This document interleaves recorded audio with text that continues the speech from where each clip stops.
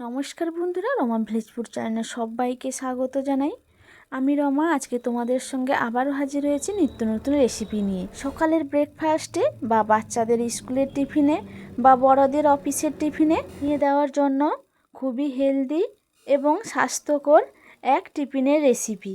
হাতে যদি খুব কম সময় থাকে তাহলে এই রেসিপিটি বাচ্চাদের টিফিনে বানিয়ে দেওয়া যেতে পারে। আর বাচ্চা বড় সকলেই কিন্তু একবার খেলে বারবার খেতে চাইবে। তো চলুন বন্ধুরা, রেসিপিটি শুরু করা যাক। এই রেসিপিটি সকল বন্ধুদের বলছি শেষ পর্যন্ত দেখার জন্য অনুরোধ রইল। রেসিপিটি কেউ স্কিপ না করে শেষ পর্যন্ত দেখতে থাকো।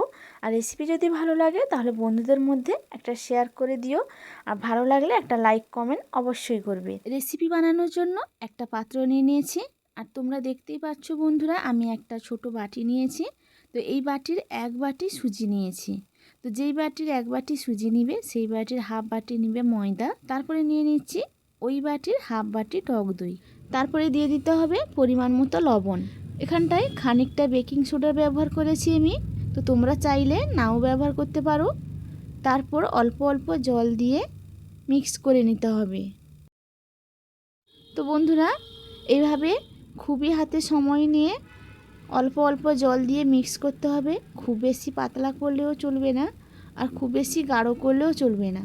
আমি যেভাবে মিক্স করছি তোমরা সেইভাবেই মিক্স করবে। এই মিক্সটা কিন্তু তোমরা হাতেও করতে পারো, কেউ বা চামচ দিয়েও করতে পারো। তো দেখতেই পাচ্ছ বন্ধুরা কতটা ঘনত্ব হয়েছে ব্যাটারটার। ব্যাটারটা আমার মেশানো হয়ে গেছে। আমি এখানটায় 15 মিনিট রেস্টে রেখে দিব। 15 মিনিট পরে ফিরে এসেছি।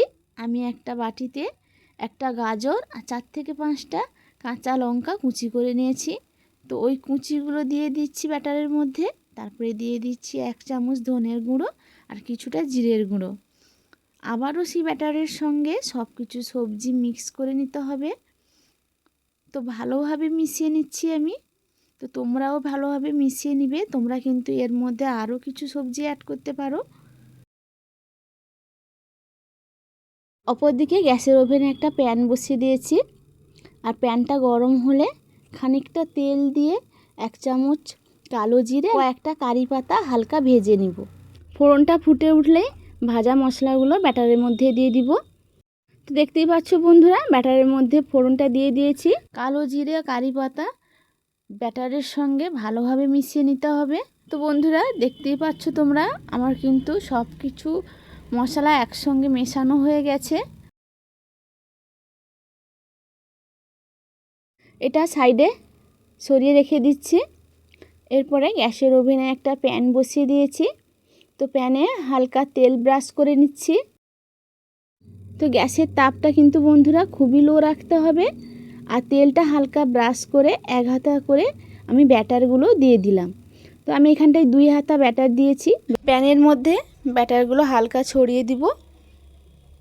উপর দিয়ে একটু হলুদ আর লঙ্কার গুঁড়ো দিয়ে দিচ্ছি, অল্প একটু দিতে হবে। তো এরপরে আমি 15 মিনিট মতো একটা ঢাকনা দিয়ে গ্যাসের তাপ একেবারে লো করে রেখে দিব। তো 15 মিনিট পরে দেখাচ্ছি বন্ধুরা। তো দেখতেই পাচ্ছ কতটা ফুলে গেছে, পুরো কিন্তু পাউরুটির মতো ফুলে গেছে। এটা কিন্তু খেতে খুবই স্পঞ্জি হয়। উপর দিয়ে একটু তেল ব্রাশ করে দিচ্ছি। অপর সাইডে উল্টে দিচ্ছি। অপর সাইডে উল্টে আবারও একটু তেল ব্রাশ করে নিব। তো আমার পুরোটা রেডি হয়ে গেছে। খেতে কিন্তু খুবই টেস্ট হয় বন্ধুরা। তো একবার বাড়িতে বানিয়ে দেখতে পারো। বাচ্চারা তো খেলে খুবই আনন্দিত হবে। তো আমি একটা প্লেটে তুলে নিচ্ছি। আর ঠিক সেম পদ্ধতিতেই আবারও প্যানে তেল ব্রাশ করে আমি ব্যাটারগুলো দিয়ে ভেজে নিব। সব কয়টা ভাজতে ভাজতে বন্ধুদের একটা কথা বলি, কে কোত্থেকে দেখছো আমাকে কমেন্টে অবশ্যই জানাবে। আর তোমাদের কমেন্ট পড়তে আমার খুব ভালো লাগে। আর যে সকল বন্ধুরা এখন আমার চ্যানেলটিকে সাবস্ক্রাইব করোনি, আমার চ্যানেলটিকে সাবস্ক্রাইব করে আমার পাশে থাকবেন। আর পাশে থাকা বেল আইকনটি প্রেস করে দিবে পরবর্তী নতুন ভিডিও তাড়াতাড়ি আপডেট পাওয়ার জন্য। বন্ধুরা, রেসিপি যদি ভালো লাগে তাহলে বন্ধুদের মধ্যে শেয়ার করে দেওয়ার অনুরোধ রইল। আর একটা লাইক কমেন্ট অবশ্যই করে যাবেন। তো বলতে বলতে আমার সব কয়টা ভাজা হয়ে গেল। তো দেখতেই পাচ্ছ বন্ধুরা, দেখে কতটা লোভনীয় মনে হচ্ছে।